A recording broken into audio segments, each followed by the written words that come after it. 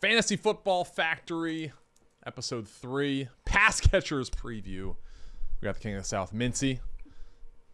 And we got Moody behind the sticks. I am Stephen Cheah.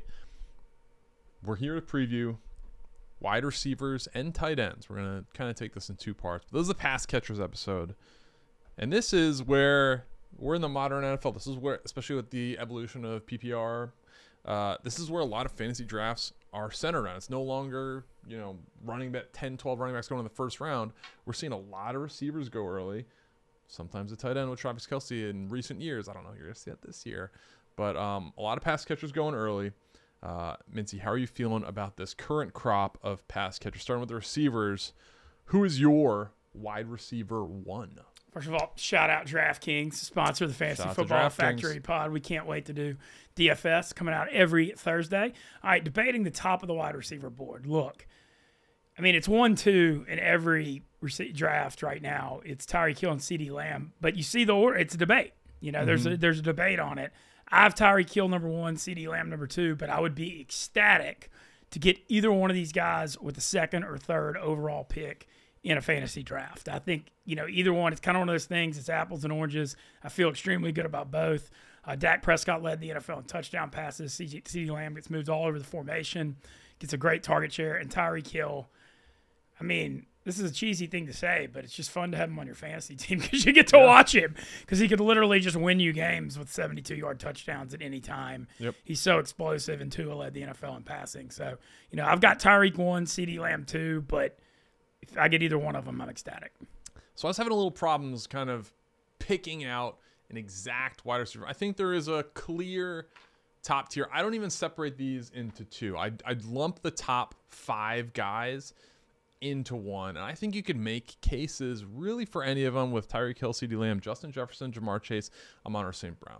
Let me read off some stats here. I was doing some per game stuff last night, and I want you to blindly, based on these stats, pick who you would have as your wide receiver one. This is based off of stats from last year. Averages targets per game, averages receptions per game, averages receiving yards per game, averages touchdowns per game. We're talking regular season only. So candidate, let's go candidate A. 10 targets, 7 catches, 106 yards, 0.76 touchdowns. Candidate B, 11 targets a game, 8 catches, 103 yards, 0.82 touchdowns per game. Pretty similar. Candidate 3, 11.5 targets per game, 8 catches a game, 127 yards per game, 0.6 touchdowns.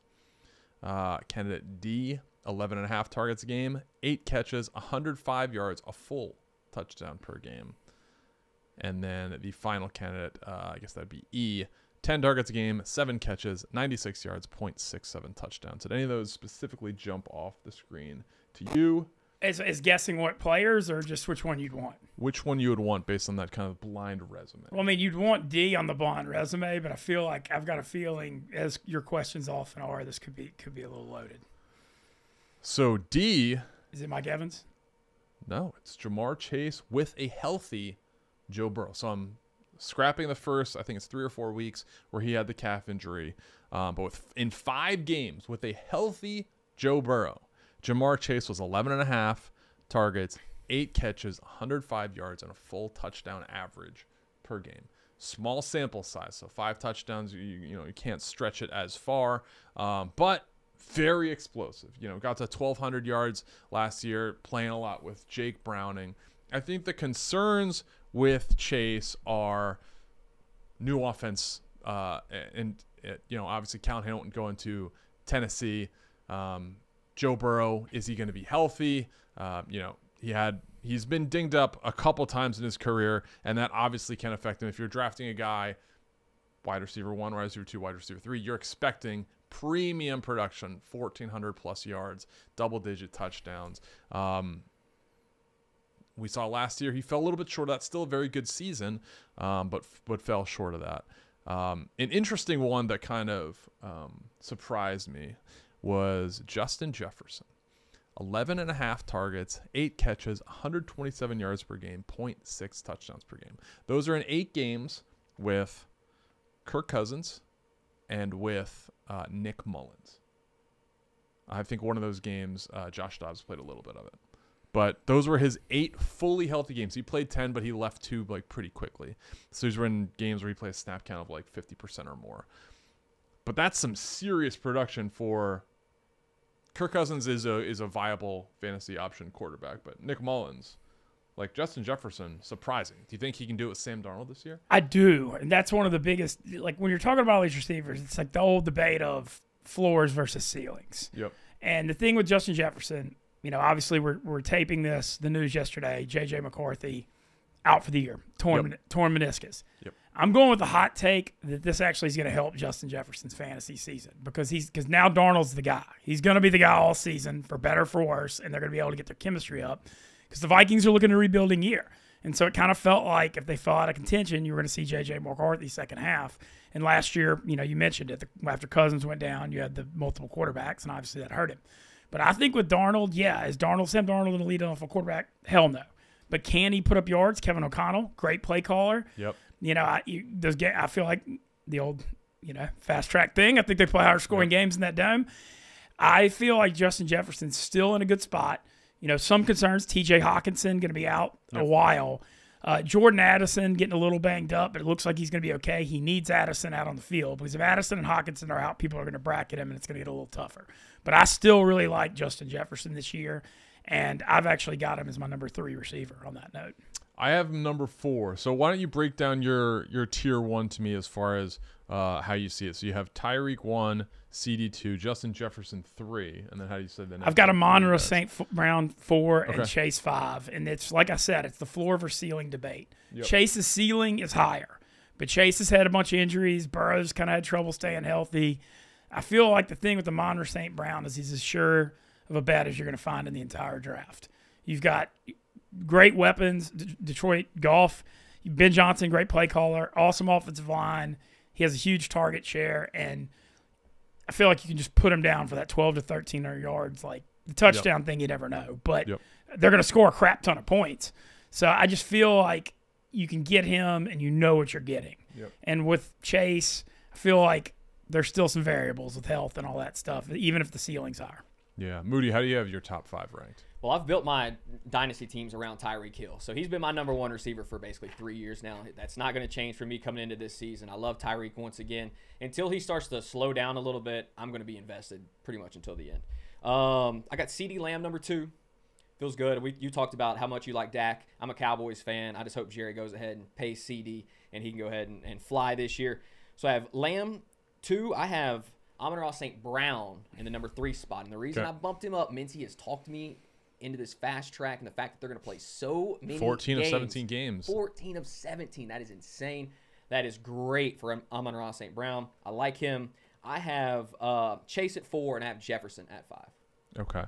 Mine a little bit dissimilar. I love Amon-Ra St. Brown, but like when breaking down the numbers, he was the one that was 10 targets a game, 7 catches, 96 yards, 0.7 touchdowns. Like pretty much just a notch below on almost every metric from those top 4 guys. What I do like about him, if you watch the Netflix series Receiver, is that he did write down his goals for last year. It was 1,500 yards, 10 touchdowns. He finished with, I think, 1,515 yards and 10 touchdowns. I would expect that number to jump, and if there's a guy who can achieve it, it's going to be him. My concern with Amon-Ra St. Brown is not his size. It has nothing to do with that. I think Detroit, playing on the fast tracks, I think it's going to be good. Their defense, especially their secondary last year, was a sieve. It was the weak spot of their team. They have 4 new corners. Carlton Davis, Terrion Arnold, Amik Robertson, and then Ennis Rakestraw. So that's 4 new corners with like pretty premium capital invested in that. Amik Robertson has had success with the Raiders. Carlton Davis was a very good corner with the Bucks.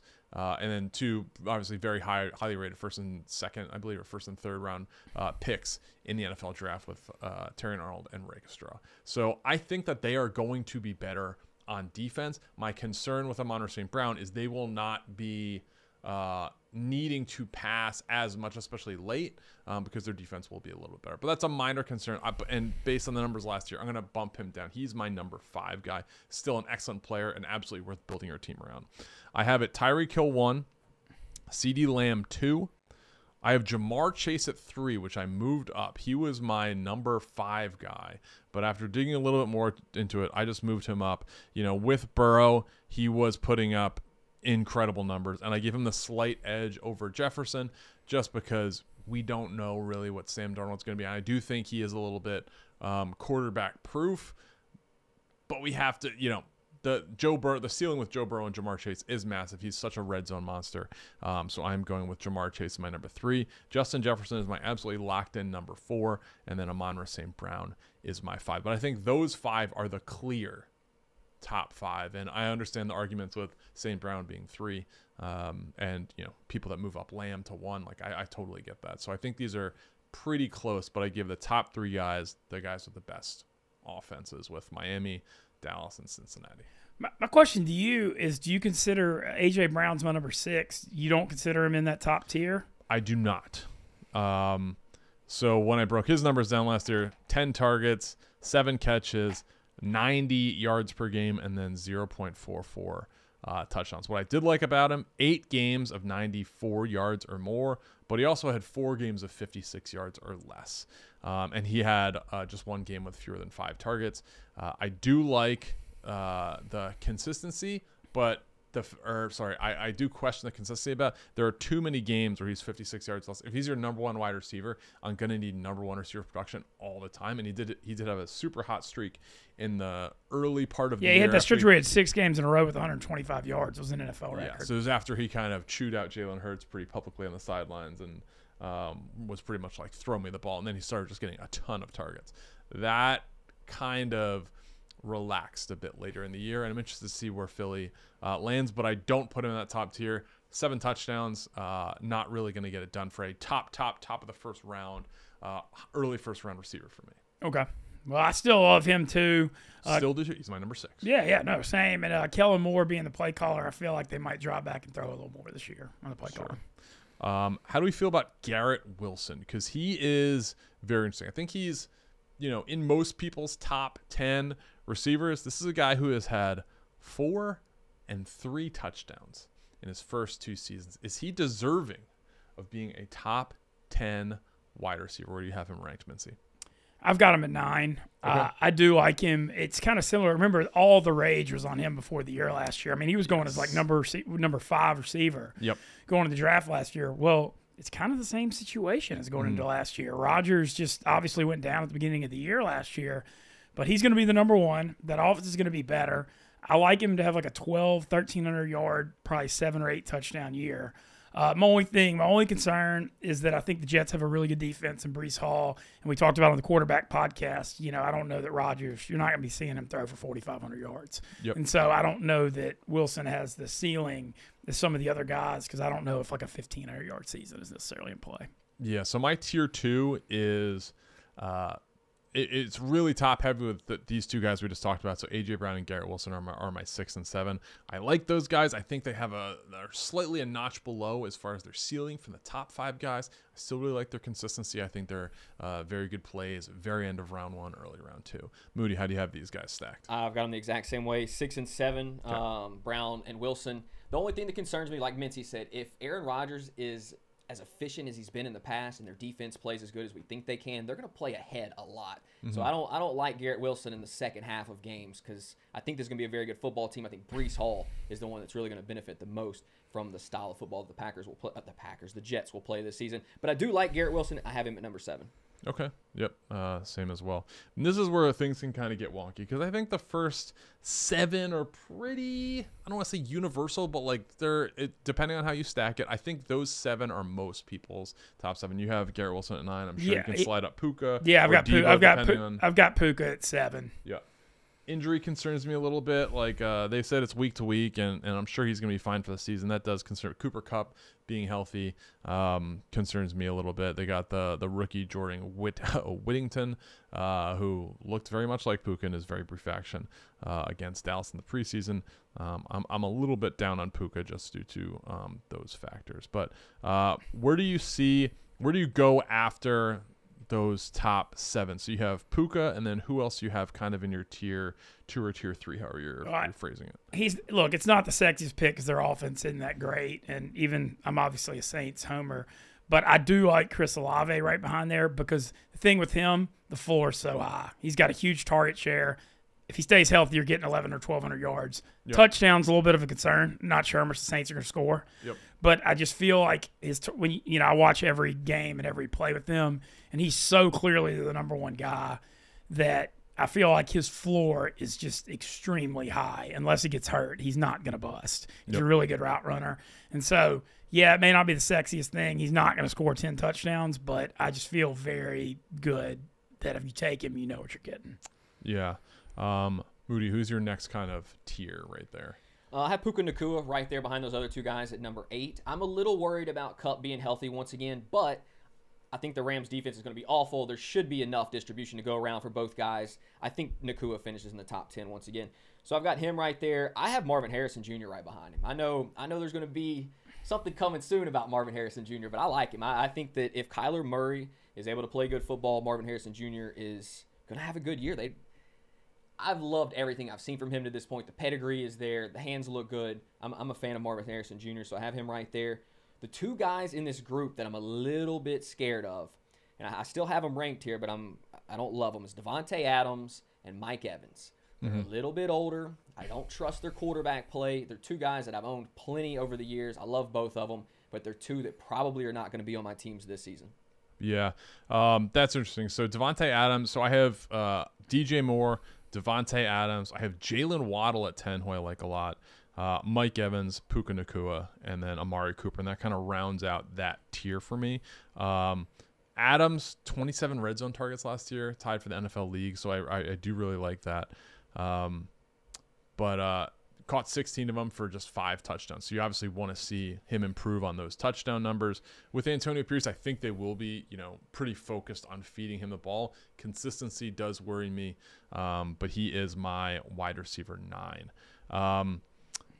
I like Jalen Waddle a lot. He's 1 year removed from 117 targets, 75 catches, 1356, and 8 touchdowns. That is a monster year. But what I really like about him is when taking a look at his games last year, he had fewer than 5 targets just one time, and it was a game that he got hurt. So he played basically 13 games last year and was 104 targets, 72 catches, 1,014 yards, 4 touchdowns. If he's fully healthy, that's probably pretty similar to his rookie year. So I like Jalen Waddle a lot. And again, Mintzy mentioned it, Tua leading the league in passing. I think Jalen Waddle absolutely deserves to be a top 10 wide receiver. Love Jalen Waddle too. I actually have him really high. I have him at 12, but his ADP right now in half-point PPR is 16, so a bit higher than industry on him. I mean, Mike McDaniel, the play calling is so good too. They're going to get him the ball in space and just having the home run threat thing. I mean, it's like literally similar to Tyreek. Obviously, he's not Tyreek, but he can just win you a game with one catch. Yeah. Literally, he's a 75-yard touchdown waiting to happen all the time. And call it a basic thing to say. I like having guys on teams that score a lot of points, and Miami's going to do that. Yeah. I did also want to talk about DJ Moore, who I've ranked 8th. His ADP right now is 19. I think it is a bit egregious. I can understand concerns with, bringing in Keenan Allen, drafting Rome Odunze. People can point to, okay, he is a rookie quarterback. Okay. Over the last few years, he's played with Sam Darnold and Justin Fields. And it was Baker in Carolina, and didn't he play with Cam for a second too? He's had PJ Walker. Like, he's had some tough quarterback situations. And DJ Moore, he finished 6th in wide receiver points last year. I think he's getting a giant upgrade in quarterback as far as passing the ball down the field. And I'm a Justino guy. I like Justino as an NFL player. But from a quarterback and passing perspective, Caleb Williams is going to outpass Justin Fields very quickly. On an average per game basis last year, he was 8 targets, 6 catches, 80 yards, and a touchdown pretty much every other game. So that's really consistent in an offense that really didn't have a lot of juice. I expect to have way more juice this year, and I expect his numbers to be much better. So I have him ranked as wide receiver 8. I think wide receiver 19 is crazy low by DJ Moore early. Yeah, and I believe you'll be sharing your props and stuff on DraftKings. You love the DJ Moore. His total was was it like 950? Was it somewhere in there? I believe it was 950. Yes, DJ Moore. I think I got 925, but DJ Moore way over that. He was 1,364 yards last year with Justin Fields at quarterback. Like, he got 44% of the receiving yards, and I understand they're changing offenses. Shane Waldron's in there, but he is going to be a guy that is going to pile up yards. And he's in his prime right now. Just signed a giant contract, as we saw in Hard Knocks. Great buying DJ Moore. But speaking of DJ Moore, Caleb Williams is throwing him the ball. Caleb Williams is a quarterback.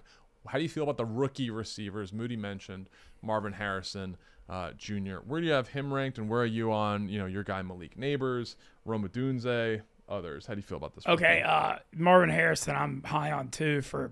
I hate to just echo all the Moody stuff, but Arizona, another factor to mention, their defense sucks. I mean, they're going to be in some shootouts, and he's going to pile up targets, and so I'm really big on him. I've got him actually in my 11 slot. I think his target share will be really good. And the only thing not to like, I guess, is he's a rookie. Maybe it'll take a little bit on the chemistry. But, man, I mean, Arizona had been linked to him before last season. That's how much they loved him. And so I just think that they're going to be ready to get him the ball a lot. So I'm really big on him. He's kind of my next tier. The Mike Evans stuff is fascinating because – yeah, it felt like he almost had a career year last year, but I mean, he's had over 1,000 yards every single season. Yep. He has had some hamstring stuff in the past, but Baker loves pushing the ball vertically down the field, so it's a really good fit with what Evans does well, and Evans is great in the red zone. Yep. So I've still got him pretty high. I like DK Metcalf, still a pretty good bit. I've got him kind of slotted around here. The real interesting two teams to talk about how it's going to shake out to me. San Francisco 49ers. What's going to happen with Ayuk? Because right now they've got a contract extension out to Ayuk, but there's also a possible trade in place to Pittsburgh. Yep. And if Ayuk does get moved, how much does that bump Debo and possibly Kittle when we get to the tight ends? And then the other one is Houston, because they've got 3 viable receivers in the top 25. How does that shake out? Yeah. Evans, obviously I'm a massive Buccaneers fan. I am a little biased. You know what you're going to get from him as far as season totals. He's going to have somewhere between 1,000 and 1,200 yards. He is going to have probably 7 to 13 touchdowns, but he goes through peaks and valleys. Last year he had 5 games with 3 catches or less. That's tough for a wide receiver one. He had 300-yard games, but those 100-yard games were all 143 plus. So you're looking at giant spikes, but also like very low valleys. So he's kind of a tough one to figure out. He would be tough for me to build my full team around. I think he's a very good number 2. If for whatever reason you get him as a wide receiver 3, would be incredible. But he is firmly a wide receiver 2 for me. What do you think about the other rookie receivers? Is it? I don't like Neighbors just because I have 4 teams I have absolutely no draft rule on Panthers, Giants, Steelers. And no Pats. Draft the whole team. Whole team. So late in a PPR draft, you're not taking Deontay Johnson. No, I mean I do. I see that. That's how I feel about Bryce Young. Okay. I just think it's that bad. So Neighbors is just in a tough situation. Like if he had ended up. The thing I was terrified going to the draft was him going to Atlanta, because if he had ended up there with Cousins, I think he could have been like a Justin Jefferson clone, because they're so similar. But the Giants thing is going to be so rough. Daniel Jones' accuracy's bad. They don't have any other weapon. He's going to get keyed on. They don't really have any other weapons that scare me. So I'm just not the biggest on him because, I just don't think it's the most ideal situation, even though he's very talented. So much of fantasy is your situation. Do you like any other rookies to potentially break out in their freshman year? There are some interesting choices. Got to mention Xavier Worthy, because the thing with him though, okay, I might take him as my number 4 WR. He might not do anything early, but the upside is so big, even if it's a 1 out of 8 chance that and plus I can't stop watching Chiefs just keep sharing on Twitter him catching 70-yard touchdowns every single day. And with Hollywood Brown down and the Rashee Rice situation up, there's an opportunity there. And they drafted him first round. They love the speed. Casey's already saying they're trying to go more vertical this year. So Xavier Worthy, just who knows what's going to happen. But the upside, if he does hit, you're hitting lightning. And so the upside's so much that I wanted to mention him. And then where do you have Marvin Harrison Jr. ranked? 11. Okay. And then Moody, you had him 9, was it? Oh, I had him at 10.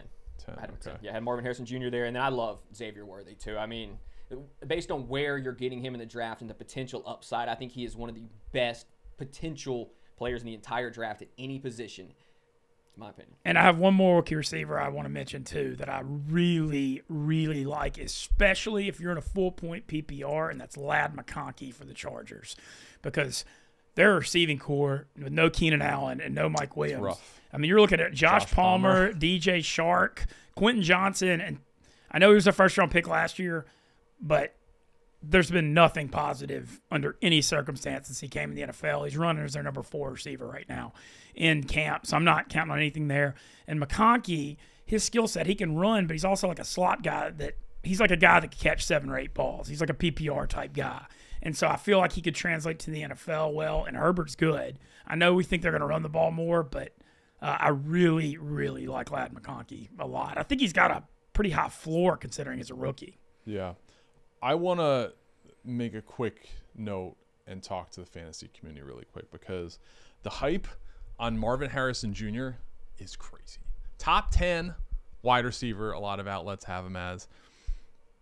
We got to pump the brakes. And I get it.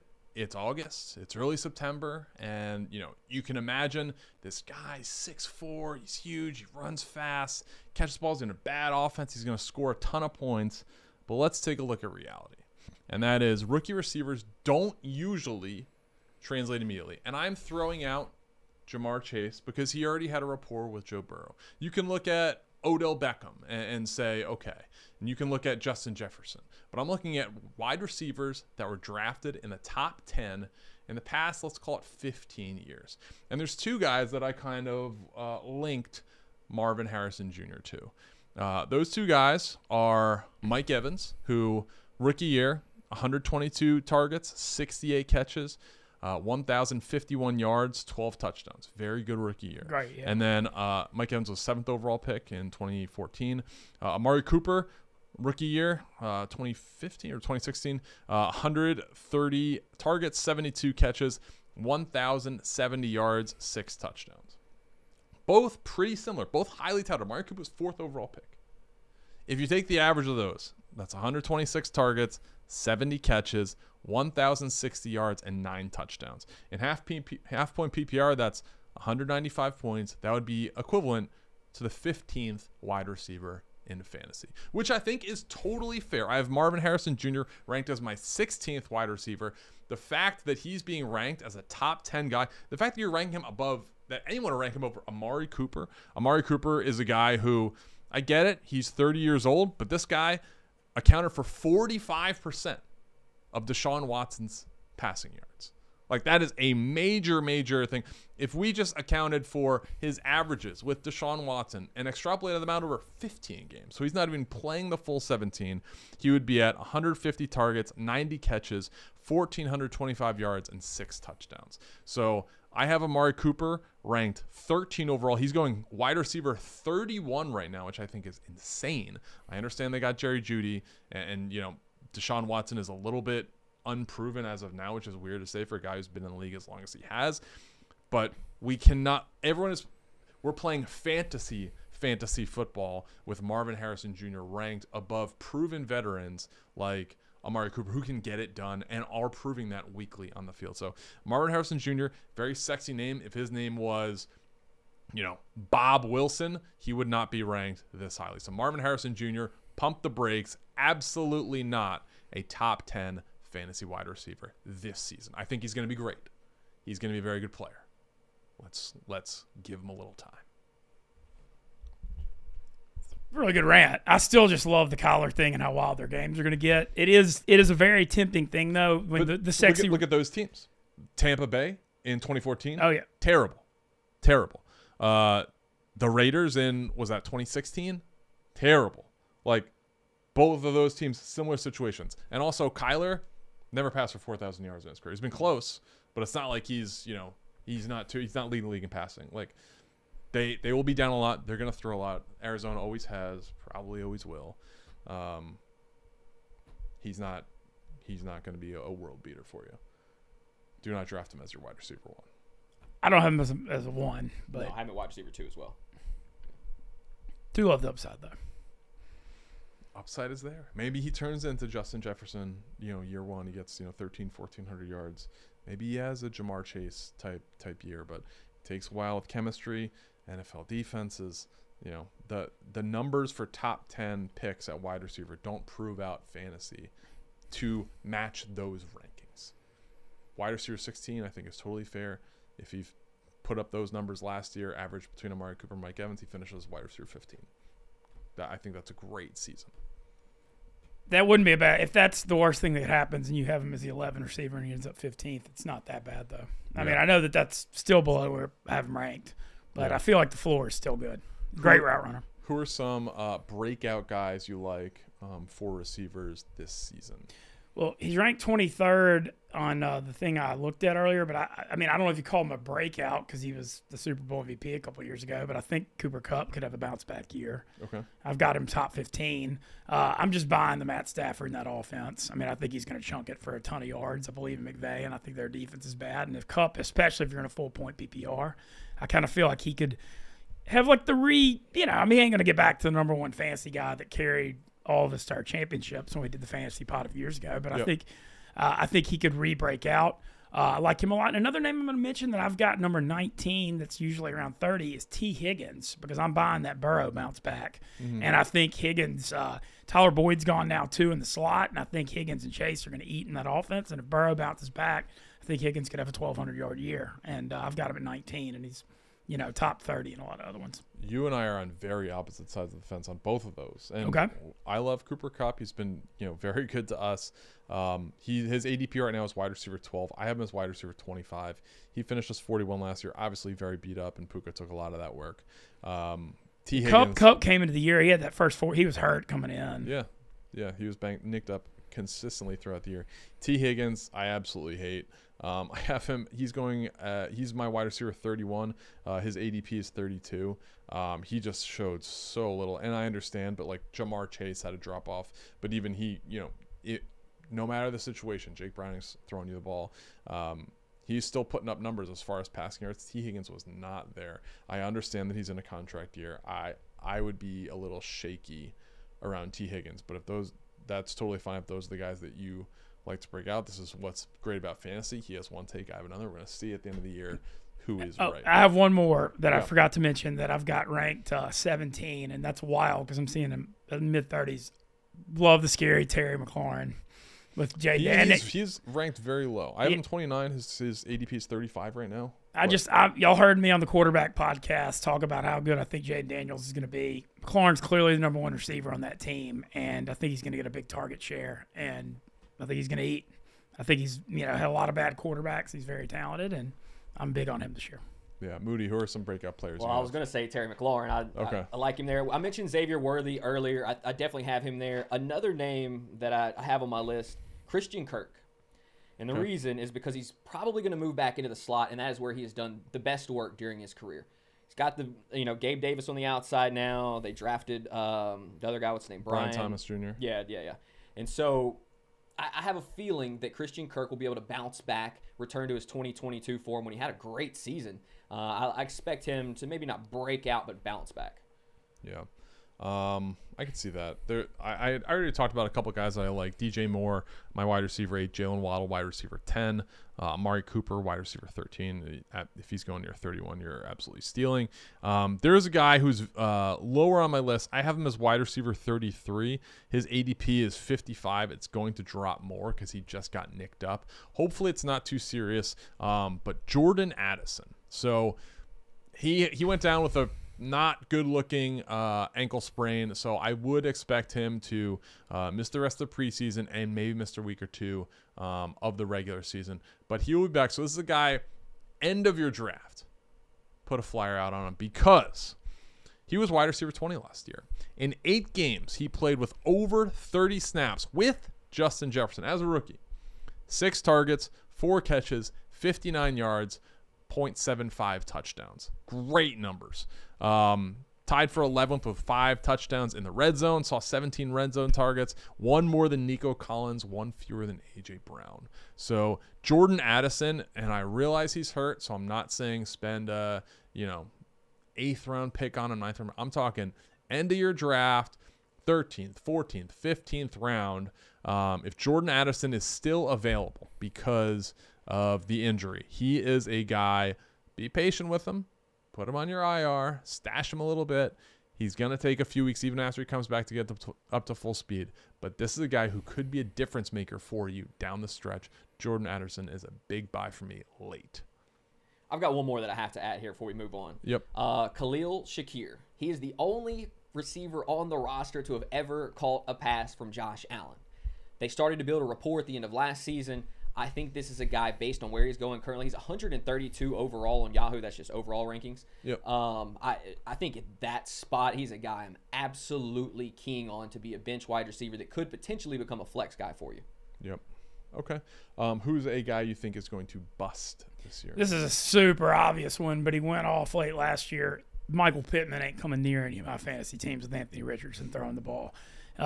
Pittman did have a great stretch late last year with Minshew, but we talked about on the Richardson thing. I mean, what do you hope he throws for 180 yards a game? Is that the hope? I mean, the hope would be he runs, throws, all that stuff. But I just don't think there's any room for, he's going as a wide receiver too in drafts. Uh-huh. I've got him in the 30s because that's how low I am on Richardson. So with Anthony Richardson as his quarterback, he averaged 9 targets a game, 3.5 catches per game, 55 yards, and 1 touchdown in 4 games with Anthony Richardson. That's not what you're looking for in a wide receiver you're going to take early. I am a little bit higher than I'm kind of in line with industry. He's going as wide receiver 23 right now. I am as 22. I do like his touchdown upside quite a bit and a big play threat. That being said, I'm taking guys like Devonta Smith, Nico Collins, Zay Flowers over him. I have him one above Rashee Rice because we don't really know at this point what's going to happen with him. And if Rashee Rice is healthy, he's absolutely way above Michael Pittman. But he's kind of in that range. For me. He's in purgatory.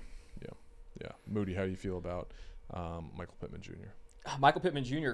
got me eliminated from my guillotine league last year, so I absolutely hate Michael Pittman Jr. He will not be on any of my teams ever again. I got him at great value. He kept falling in the draft, and you kind of get desperate. So you're like, all right, we'll go with Michael Pittman Jr. here. And then he ends up throwing up a 0 spot one week, or had 0.7 or something. I get eliminated by a point. I mean, it was absolutely disgusting. So Michael Pittman will be nowhere near my team. We already, gave our takes on Anthony Richardson. I'm pretty much out on the passing attack for the Colts, and I'm all in on Jonathan Taylor. Okay. Who's a wide receiver you think is going to bust this year? Well, we mentioned Malik Neighbors. I think based on where he's going, he'll be a bust. And here's a guy that I love. He's been one of the best route runners I've ever seen play the game, but apparently he's coming in at 230 pounds. It's my boy Keenan Allen. It is a little bit factored into his ADP, though. He's like 74 overall. So, people are kind of expecting a little bit of regression for him here. I don't hate him if you were to get him with your, 7th overall pick. But I see Keenan Allen taking a slight step back here because last year was one of the first times he has stayed healthy for an entire season. Yep. And he is 1 year older, and those poor hamstrings, that soft tissue, it's just deteriorating as we speak. Yeah, I mentioned most of my. I think I talked about most of my best. I actually had Cooper Kupp on my bust list along with Brandon Ayuk. I think at this point we're taping this August 15th. At this point, he's kind of. I don't want to say he's undraftable because you can get him late. He's going as wide receiver 21 right now. I have him as 32 just because we don't know if he's going to play in San Francisco. And if he ends up in Pittsburgh, you put him in the 40s. Yeah. So I don't want to give my original bust, which is Deebo Samuel, just because if Ayuk does leave, that changes kind of everything for me. But something that did stand out for me about Deebo is in 5 of 15 games last year, he had fewer than 5 targets. I'm pumping the brakes on Deebo. I have him as wide receiver 17. He's going as wide receiver 10 right now. A guy that I like to, but yeah, it was really Marvin Harrison Jr., so I kind of did my rant on that. But yeah, it's going to be an interesting wide receiver class. this year for sure. But while we're here and we're talking pass catchers, let's transition to tight ends. How do we view tight ends? Is Travis Kelce still tight end 1 for you? I've got him and Laporta neck and neck, but I guess I do have Kelce 1, but it's like I always would do everything I could to get Kelce the last few years, just because I thought he had, when you always look at the slots, Kelce was 50, 60 points better than the next tight end. I took him first round of Superflex. I no longer feel that way. I mean, I know he had a good playoffs, but he's just not as explosive as he was. I mean, Mahomes fits it into such tight windows, and he's great in the red zone, but he used to bust like 70-yard touchdowns, and I don't think we're really going to see that as much anymore. And when I also think about the tight end position this year, I see 10 guys I wouldn't mind starting. And so I think there's a lot of depth there, kind of similar to quarterback, and so you're really not going to see me freak out to take a top tight end. Yeah, Travis Kelce is interesting because 984 yards last year, 5 touchdowns. That's not really going to get it done. But he is a year removed from 110 catches, 1,338 yards, 12 touchdowns. Something that's been interesting about Travis Kelce, he doesn't play well in odd-numbered years. So the last couple odd-numbered years, we got 2019, 2021, 2023. 5 touchdowns, 9 touchdowns, 5 touchdowns. In even-numbered years, so we go 2018. This is the only FF pod's got this kind of knowledge. 2018, 2020, 2022, 10, 11, and 12 touchdowns, which based on that trajectory, he's in for a 13-touchdown year. I have him as tight end 1 still. I'm not buying the Laporta buzz. Five targets or fewer in 6 of 17 games, only one 100-yard game. He did have 15 red zone targets, 10 of them converting into catches, 7 into touchdowns. But I'm pumping the brakes on Sam Laporta. Where do you have what's your strategy around drafting tight ends this year? Well, I mean, there's a couple I really, really like that are ranked like 5 through 7. So I'm going to just kind of wait till the top ones go and probably get one of those guys is kind of the thought. And those guys I'm talking about, I mean, I'll just say at my breakout, I freaking love Dalton Kincaid. Just love. Like we talked about all new pass catchers other than Shakir in Buffalo. Yep. He was getting a lot more of a target share down the stretch. He was awesome at Utah. And I just think he's a guy that's, I mean, he could catch 8-10 balls in some games. He's going to get that many targets, and the Bills are going to score points. So Kincaid's a guy I'm targeting, and, if y'all are in my fantasy league, lucky you, because now you're hearing this publicly, which I kind of hate. But no, Kincaid's my breakout one, and I actually think he could finish I've got him as my 3rd tight end. I mean, I just absolutely love him this year. I have him as tight end 4. His ADP is tight end 5 right now. I don't think that's crazy based on all the weapons that Buffalo has lost. Moody, who is your tight end 2? Like where you fall after, or do you have Kelce as 1? Yeah, I have Kelce as 1. The gap shrunk. I mean, it is what it is. He's still tight end number 1. If you want to take a tight end early, pull the trigger on Kelce. Hope for the best. I'm actually curious if his mind is still in the game as much as it once was. He's been touring the world with Taylor Swift. I mean, this is a guy, he's won Super Bowls. He's accomplished everything. He's getting older. I mean, he's living this wild life out there. I'm just curious if maybe that will mess with football just a little bit. But I have him 1. I do have Laporta 2. I like Laporta. I don't love him. I don't love any of these top guys. I'm actually waiting a little bit on tight end. But I can understand why people would have Laporta 2. I have Kincaid at 3 as well. I have McBride at 4, Andrews at 5, and then I have Kittle at 6 with Kyle Pitts at 7. Where do you have Evan Ingram? Evan Ingram at 8. And I love Evan Ingram. Do you? Yeah, I do. I had him last year. Sounds like you don't. I was big on Lawrence. I think Kyle Pitts is going to be the guy that, I know we've said it 7 times, every single year with Kyle Pitts. But I think finally he has a quarterback that can get him the football. So I had Pitts right there. Those were 2 that I was debating for quite a while how I wanted to rank them. But I have Pitts just above him. Give me a stat line you would be happy with Kyle Pitts about. At the tight end position? Yep. This is interesting. I'd be happy if he caught 9 touchdowns. That'd be the first thing I'd love to see from him. I don't know that that's going to happen. I'd love to see him catch 9 touchdowns. Yeah. I'd love to see Mike Evans catch 30 touchdowns for the record. I'd love to see Mike Evans catch 30 touchdowns for the record. 65 catches, 900 yards, 9 touchdowns. Okay. Because let me talk to you guys about my tight end 2. Okay. And he's nobody else's tight end 2, and I can't figure it out. He's an Ole Miss guy. Okay. It's Evan Ingram. What are we doing here? Evan Ingram right now is tight end 8 in ADP. How? This guy finished 1.6 points behind Travis Kelce last year for tight end 3. 143 targets, 114 catches, 963 yards. Sure, you'd like him to cross the 4-digit mark. 4 touchdowns. But last year, and from a tight end, what I want, you're going to get your boom weeks where maybe they catch, 2 touchdowns. But especially last year, tight end was almost a wasteland. Like, Sam Laporta kind of went off, had a bunch of touchdowns scattered throughout a bunch of games. I already talked about his red zone numbers. Evan Ingram, 11 games of 49-plus yards. I just really can't have a dud at tight end, and Evan Ingram is not going to be a dud. I mentioned he only had 4 touchdowns.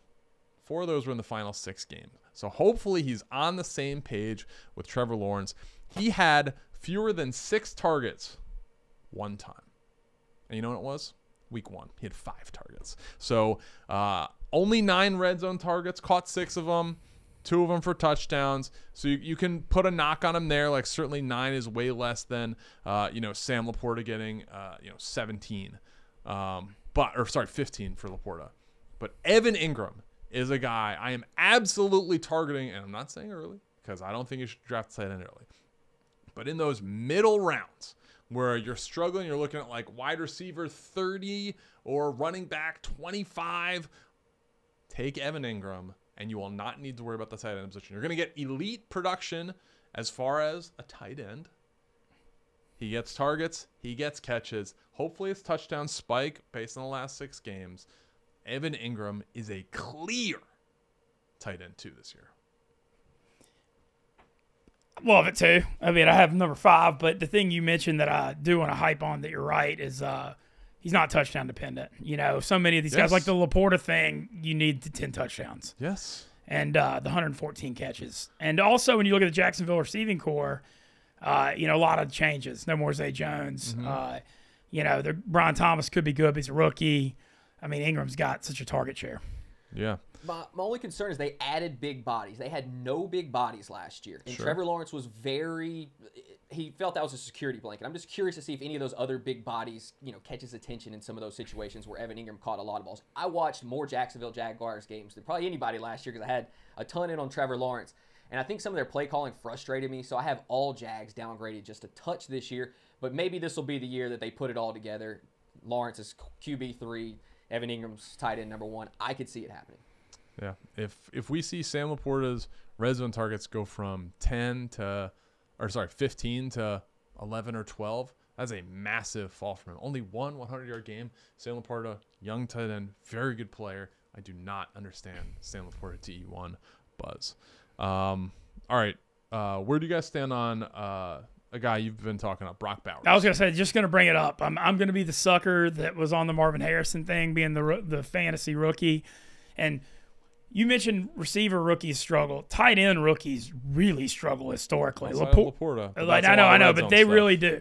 Yep. However, I'm still going to be the sucker that just jumps in on it because I've watched college football my whole life, and Brock Bowers is like the best tight end I've ever seen.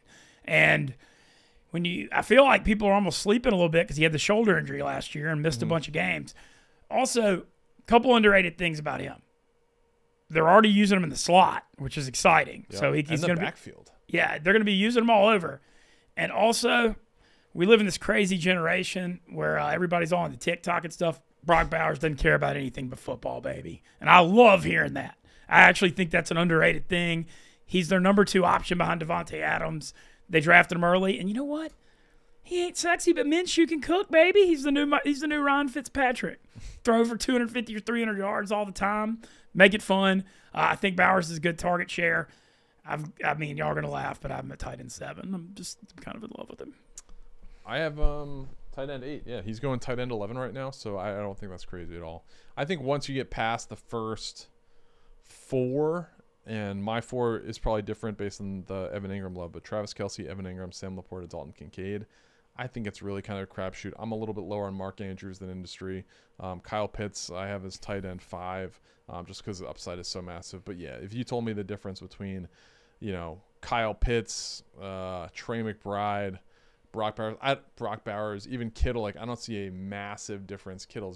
I love him as a player, but for a fantasy prospect, he's just boom or bust, man. There's just games where he ain't in the game plan. That's why we need guys like Evan Ingram, 49 plus 11 games. Beautiful. How much would you upgrade Kittle if IU gets traded? That's the one thing. I feel like his value is going to go up if that happens. Not much. Nah, his whole career. It's not like because he's a great blocker. You get 0 fantasy points for blocking. They're going to utilize him in that role a lot. He's also going to leak out and catch a ball up the seam, and he's going to take it 50, 60 yards for a touchdown, and that'll be great when it happens. But I cannot risk my team's week-to-week success on a tight end who is not consistent. So I am not personally a fan of George Kittle in fantasy. In real life, one of my favorite players. That's fair. The Niners thing is hard to read. McCaffrey's going to get it. If Debo, Ayuk, Kittle, it's just always literally, you just never know where it's going week to week. What round would you recommend pulling the trigger on a tight end this year? This Kincaid thing's tough because I've kind of got him as the guy I want almost more in the draft. Still, like, if it's a 1 quarterback league, 6th or 7th. If it's a 2 QB league, probably 8th or 9th. Okay. Because I know I'm risking Kincaid going, but like I said, you like Ingram. I'd be thrilled if I had Evan Ingram too. So I'm not going to burn an early pick on one. Yeah, Moody, what do you think? Yeah, probably around round 7 for me. I'm hoping Pitts or Ingram is still there. It's probably not going to happen. Those are the 2 guys I'm really hoping keep falling. Some of my friends are idiots too, so they'll let good players just sit there, and sometimes you can snag them. But those are 2 guys I'm looking at, and then if I were to miss out on them, I would probably make a run at Brock Bowers a little bit later. Yeah, I think that once you get past really the top 4 guys, like there's little to no difference between tight end 5 and tight end 13. So if you're in a keeper league, I talked about this last year, fun strategy, no TE strategy. Do not draft a tight end. Draft a guy who, you have a flyer on and you think could maybe work out. Maybe someone gets injured. Maybe someone's going to the injury list. If not, you have to make a move before week 1 starts. But at least it buys you some time, and you can put a keeper value on someone that hopefully proves out to be worth it at the beginning of next year. While we were talking about Kittle, if you had him in your dynasty, would you be looking to move him? Like, this feels like the time. He's 31? 30. Probably feels like it's. I think he's turning 31 very soon. So. Yeah. I'm not super big on Kittle long term. Sure. But yeah, what's the value you're really getting in return for George Kittle in a dynasty league? I'm not sure. I think he's extremely replaceable. Sure. But again, love him as a player. Was awesome on receiver. Do you have any looking super deep tight end sleepers? I have one that's pretty deep, but I mean, I like Jake Ferguson. 24 red zone targets last year, caught 12 of them, 5 touchdowns. That's interesting. Njoku was good, especially towards the end of last year. Cole Kmet's all right, but no, I don't have anyone that's you don't need to draft. You can pick him up on waivers, and he's gonna shred it. Why? Who's your guy? I'm not saying he's gonna kill it, but I like Conklin with Rodgers for the Jets, just because I think Rodgers has historically thrown to tight ends a good bit. I'm not saying I'm drafting him to start at tight end. He's just a guy that I would look at off the waiver wire. Yeah, I think it's fair. Tyler Conklin would go undrafted, but yeah, he's a guy who you could plug and play with a replacement if your guy's on bye or whatnot. Are there any tight ends you guys specifically like to bust out or a sleeper? I mean, I feel like we hit it with Powers and Pitts. Okay, Moody, what about you? He's a guy. If your boy Will Levis were to take a step forward, Okonkwo maybe a little bit later. Chig. Maybe so. Maybe he could step up. He's a name that I'd be looking at if maybe in my guillotine league I miss out on tight ends and I gotta take tight end number 17. Maybe that's a guy I would be looking at right there. Yeah, he's probably the main one deeper that I would have an opinion on. Yeah, I don't have any guys I like to really bust. I think Sam Laporta is gonna be tough to live up to tight end 1. He's red zone dependent. 100-yard game just won't get it done. So I guess he would technically be my bust. My breakout, it's not a breakout. It's just leading the charge for Evan Ingram as tight end 2. I mean, honestly, I'm not going to put him over Kelsey just because Kelsey's in, with Patrick Mahomes, they have the rapport. He's not completely fallen off yet, so I'm still going to have Kelsey over him, but Evan Ingram is right behind him. One thing I would consider doing, late tight ends, take in Hawkinson. Get your hands on him, and now you have him potentially as your playoff tight end. You fill the gap with whoever you can, whatever you got right there, and then maybe Hawkinson's good to go for the second half of the season. And I know the quarterback play is not going to be the same as it was, but he could potentially give you top 8 tight end value, and if you take him near the back end of the draft. I could see that, but then you got to hold your injury spot for a tight end who's not going to be available for 8 weeks. I can see the value. I think there's one guy like that every year. Was it DeAndre Hopkins like 2 years ago? It was like Nick Chubb. We got Nick Chubb this year. Nick Chubb this year also. So there's always a big name out there. Go for the young guys. Hopefully some of these guys pop. Maybe it'll be Brock Bowers. Maybe it won't. But this has been fun. Episode 3, our pass catcher edition of the Fantasy Football Factory. I want to thank DraftKings, our presenting sponsor, for the King of South, Mintzy, Moody behind the sticks, myself, Stephen Cheah. Hopefully, this helped prepare you for your draft. If you haven't listened to them, go back and listen to our running back episode and our quarterback episode, and you'll be all ready to go for draft day. But thank you guys for watching, and we'll see you next week. This is going to be every Thursday, and we're going to be doing some DFS stuff. Yeah, we're going to be doing it's during the season. We're going to be releasing on Thursday morning with DFS pricing. We're going to be entering. Come join us, compete with us on DraftKings. We're going to be in the Pardon My Take League, I believe, every week with Stoolies and anyone that wants to join, so it'll be a lot of fun. But yeah, thanks for watching, and we'll see you next week. The crown is yours.